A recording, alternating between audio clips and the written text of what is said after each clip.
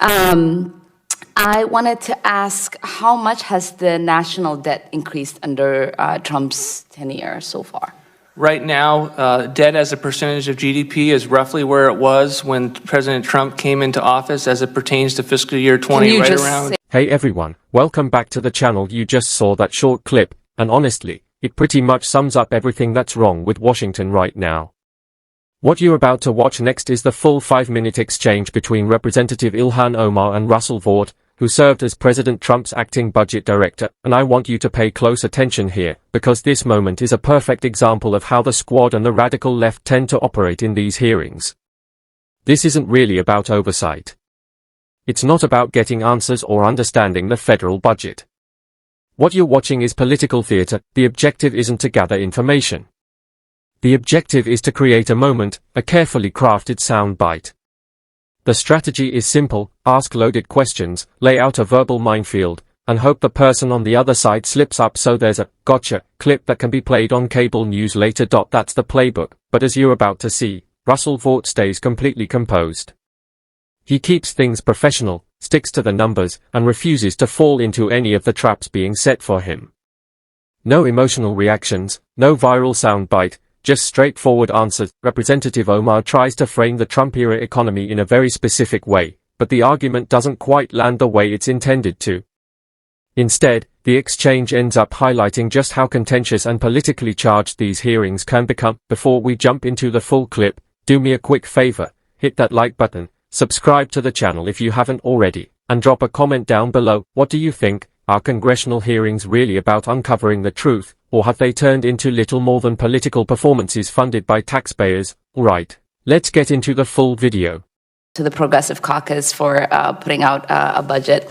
I wanted to ask, how much has the national debt increased under Trump's tenure so far? Right now, debt as a percentage of GDP is roughly where it was when President Trump came into office as it pertains to fiscal year 20, Can you right just around say 8%. How much?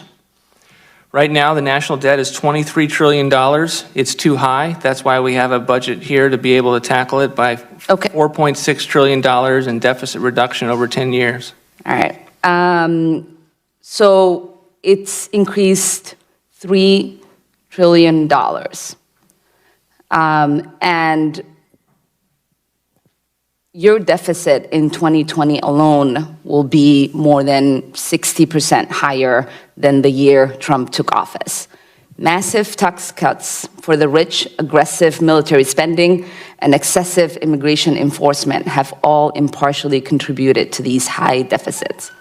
And with revenue as share of the economy at historic lows and income inequality at historic highs, I fail to see how you can realistically balance the budget under your current policies.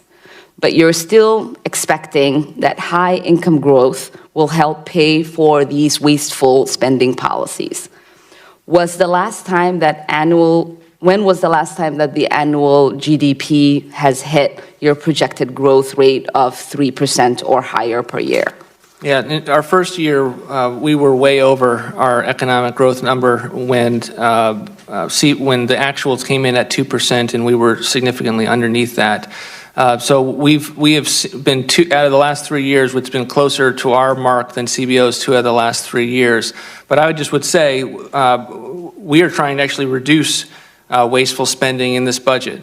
We don't think of tax relief for American families as wasteful spending. We think it's their own hard-earned money that we're returning to them so they can invest in their families, their communities, and the individuals in their households. Yeah, well, we differ in that.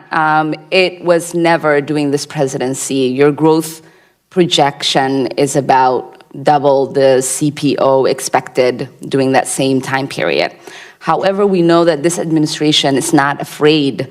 My colleagues on the other side and this administration will lecture us on the academic principles of fiscal responsibility and austerity by limiting deficit spending, unless it means cutting tax.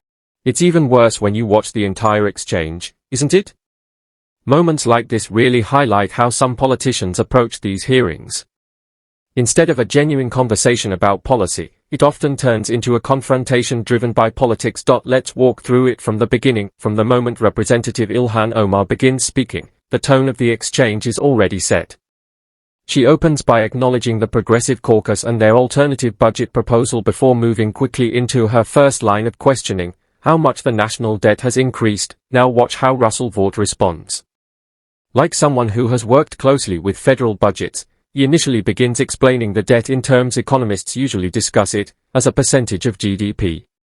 That's the metric economists often use because it reflects a country's ability to manage and repay its debt rather than focusing only on the raw number, but the discussion quickly shifts. Instead of allowing him to expand on that explanation, she presses him to simply state the total amount. The focus becomes the headline figure, around $23 trillion at the time, rather than the broader economic context he was beginning to outline. From there, the exchange moves into a larger critique of fiscal policy. Representative Omar raises concerns about what she describes as major contributors to the deficit, the 2017 tax cuts, increased military spending, and immigration enforcement funding. Supporters of the administration at the time viewed those policies very differently. They argued that the tax cuts allowed Americans to keep more of their earnings and helped fuel economic growth and low unemployment levels. Increased defense spending was framed as rebuilding military capacity, while stronger immigration enforcement was presented as part of maintaining border security and enforcing existing laws. So what you're seeing here is really a clash of political perspectives. One side views those policies as drivers of the deficit. The other sees them as necessary investments in the economy, national security, and law enforcement. Later in the exchange, Representative Omar raises another question about economic projections, specifically the administration's expectation of sustained 3% GDP growth.